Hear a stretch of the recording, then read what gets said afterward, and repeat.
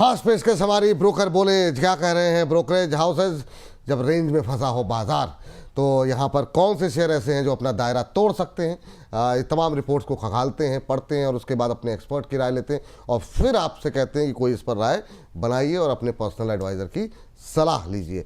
हर्ष हमारे साथ हर इस मंथन में चिंतन में जुड़ते हैं। हर्ष, आज कहाँ से शुरू करना चाहेंगे? जी, IDFC फर्स्ट बैंक को लेकर, और यहाँ पर भी एक रेंज की सलाह दी जा रही है। यहाँ पर CLS ब्रोकर है, होल्ड की सलाह दी है। उन्होंने 73 रुपये प्रति शेयर के भाव के जो है यहाँ पर टारगेट्स दिए। सबसे पहले देखिए तमाम कंपनियों की कौन कॉल चल रही है, यहाँ पे तमाम चीज़ें जो है वो निकल के आ रही है। तो उनका साफ तौर पे कहना है कि बैंक ने जो कहा है कि 20% लोन और डिपॉजिट ग्रोथ जो है वो उस लक्ष्य को बैंक ने अभी भी बरकरार रखा है। उन्होंने कहा कि वो स्थिति हम लोग आसानी से हासिल कर सकते हैं। दूसरी चीज़ कहा है FY27 में नेट इंटरेस्ट मार्जिन की अगर आप बात करेंगे तो इनकी गाइडेंस जो है कंपनी की तरफ से, जो बैंक की तरफ से 5.75% वापस दोहराया है। यहाँ पे डिपॉजिट रेट की बात करें यहाँ पे तो उसमें कोई भी बदलाव इनको अभी नहीं दिख रहा। फंडिंग कॉस्ट का जो कोई बड़ा असर जो है, क्योंकि यहाँ पे बात निकल के आती है फंडिंग कॉस्ट का असर बड़ा होगा, लेकिन ऐसा कुछ भी नहीं है यहाँ पर। चौथी चीज़ यहाँ पर ये कि एसेट क्वालिटी जो है वो मजबूत बनी हुई है और ख़ास तौर पर जो तेज ग्रोथ की जो संभावना है वो कैपिटल रेस को लेकर हो सकती है यहाँ पे, कि आने वाले दिनों में कैपिटल रेस करते हुए देखें। ओवरऑल जो है स्थिति इनको पॉजिटिव लग रही है, लेकिन अभी भी इन्होंने होल्ड की जो है वो सलाह दी है। चलिए, ये बात है IDFC फर्स्ट बैंक को लेकर के। और अंबाला मैम, आप बताइए IDFC फर्स्ट बैंक कैसा लग रहा है आपको? 73 रुपये के टारगेट दिए जा रहे हैं, नीचे की तरफ जाने की बात कही जा रही है। आप सहमत हैं इस रिपोर्ट से?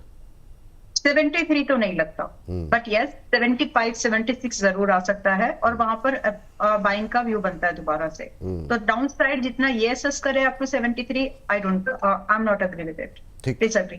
मैम, एक लोअर लेवल से जो रिकवरी SCI में आई है, देखिए जरा कुछ हो सकता है क्या इसमें, और क्या कोई संभावनाएं तलाशने की कोशिश करनी चाहिए या नहीं?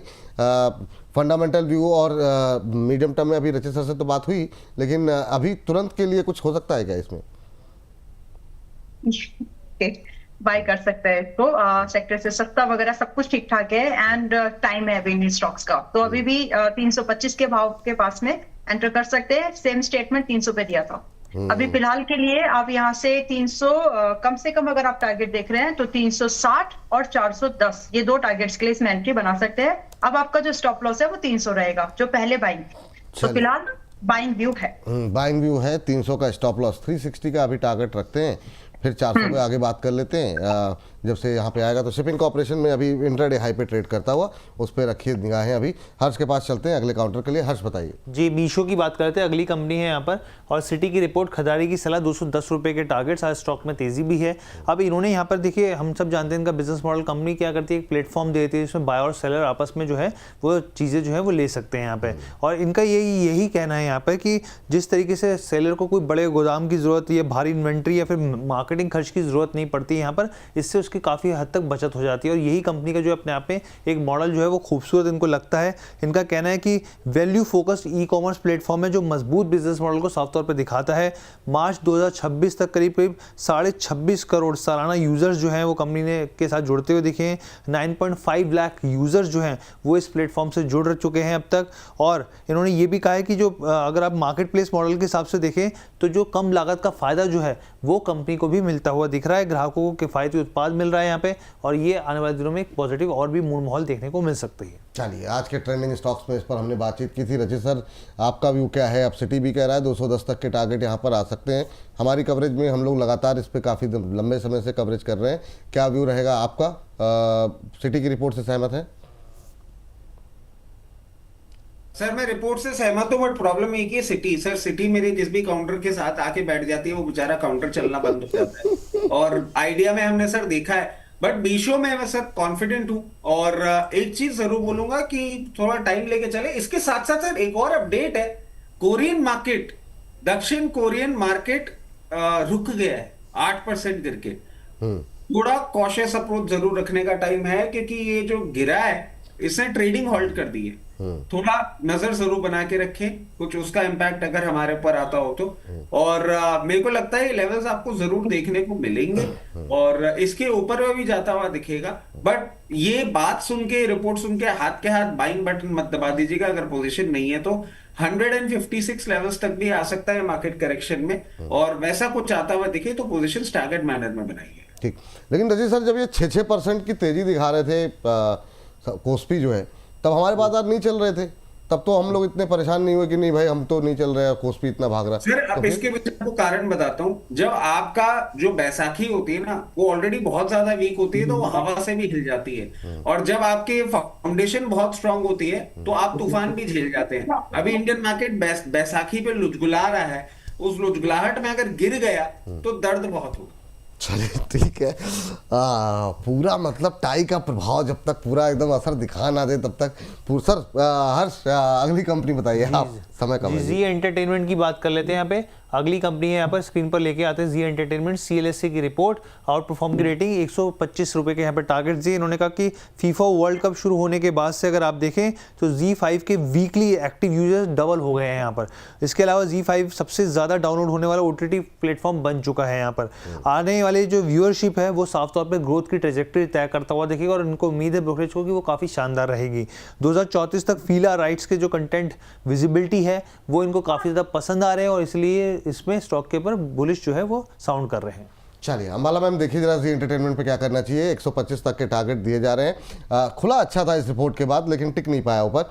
बाजार भी हल्का हुआ है, तो अभी आपका व्यू क्या रहेगा? 125 के टारगेट से मैं सहमत हूँ, पॉसिबल है। अब खरीदारी का व्यू अगर कोई और बता दे, मतलब रचित जी अगर बता दे तो अच्छा रहेगा। अच्छा अभी मैं इस पे बात नहीं कर सकती। ठीक है मैम। ये आजकल कोई बात ही नहीं कर पा रहा है, प्रदीप जी भी बात नहीं कर पा रहे, आप भी बात नहीं कर पा रहे। रचित सर आप बात कर सकते हैं? रचित सर आप बात कर लीजिए। जी सर। सर मैं तो खुल के बात कर सकता हूँ, मतलब मेरे को ऐसा, और क्योंकि जब ये बात हो रही थी ना उसके बाद प्रदीप भाई ने मुझे भेजी भी है वो चीजें, मैं क्योंकि मैं थोड़ा सा अड़ गया था उनसे व्हाट्सएप पे। जी जी। तो ये है तो थोड़ा स्केरी, मतलब ये इनके ना नॉर्म्स है, क्योंकि जो स्पेसिफिकली सिर्फ रिसर्च एनालिस्ट हैं उनके साथ ये प्रॉब्लम है। आप नहीं दे सकते, नहीं बात कर सकते हैं, और कॉल देने के बाद कुछ दिन का कूलिंग ऑफ पीरियड आपको करना पड़ता है। अगर आप वो नहीं कर रहे हैं तो इट्स अ सेबी कंप्लायंस, और एक कंप्लायंस ही पकड़ा गया तो सर हो गया काम तमाम।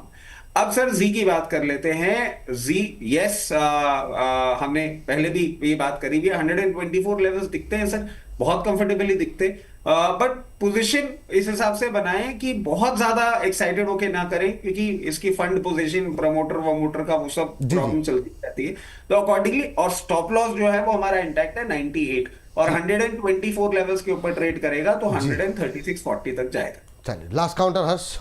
टेक महिंद्रा की बात कर लेते हैं। लास्ट काउंटर है यहाँ पे सिटी की रिपोर्ट, बिकवाली की सलाह और 1275 रुपये के यहाँ पे टारगेट्स दिए गए हैं। यहाँ पे मैनेजमेंट ने FY27 के लिहाज से कहा है कि भाई इंडस्ट्री ग्रोथ से बेहतर हमारी ग्रोथ रह सकती है। इस चीज़ को दोहराया पहले भी जब नंबर्स आए थे तब भी, और अब भी यहाँ पर FY27 के लिए 15% एबिट मार्जिन का लक्ष्य लेके बरकरार ये रख रहे हैं यहाँ पे। लेकिन यहाँ पर जो ट्रेंड्स हैं लगातार जो हम लोग देख रहे हैं आईटी के लिए काफ़ी चुनौतीपूर्ण बने। ब्रोकरेज ने इस चीज़ को मेंशन किया है यहाँ पे। इन्होंने कहा है कि अगर आप आईटी कंपनियों के मुकाबले कॉम्पिटिटर के मुकाबले कंपेयर करेंगे तो आपको पता चलेगा ये जो स्टॉक है हायर वैल्यूएशन के ऊपर है। लेकिन हाँ ये ज़रूर है कि FY27 का अगर पूरे साल के हिसाब से देखें तो एग्जीक्यूशन अगर मजबूत होता जाएगा तो स्टॉक में बढ़त मिलेगी, लेकिन अभी इनको स्टॉक जो है ये महंगा लग रहा है। चलिए अभी ये महंगा लग रहा है। 1275 तक के टारगेट। अंबाला मैम आपका व्यू? पॉसिबल है। तो अभी इस आई एग्री विद दिस। और थोड़ा सा अगर आप लोग खरीदारी और जो ये भाव आया है वहां पर मतलब खरीदारी का व्यू लेकर के जाइए। 1275 बहुत वर्स्ट केस सिनेरियो का भाव है और वो एक बहुत वैल्यू इन्वेस्टमेंट का मौका भी होगा। बट एनीवेज इसका मतलब ये नहीं है कि अभी खरीदने को कह रही है या 1275 आने के बाद खरीदने को कह रही है मैम? आप क्या कह रही हैं? 1275 पर आने के बाद खरीद सकते हैं। ठीक है। ये तो अभी संभव है, सिटी की इस रिपोर्ट से सहमत है अंबाला मैम, लेकिन वो कह रही हैं कि ये लेवल्स आए तो फिर आपके लिए एक बाइंग अपॉर्चुनिटी भी हो सकती है, एक वैल्यू बाइंग भी देखने को मिल सकती है। यही कहा मैम आपने?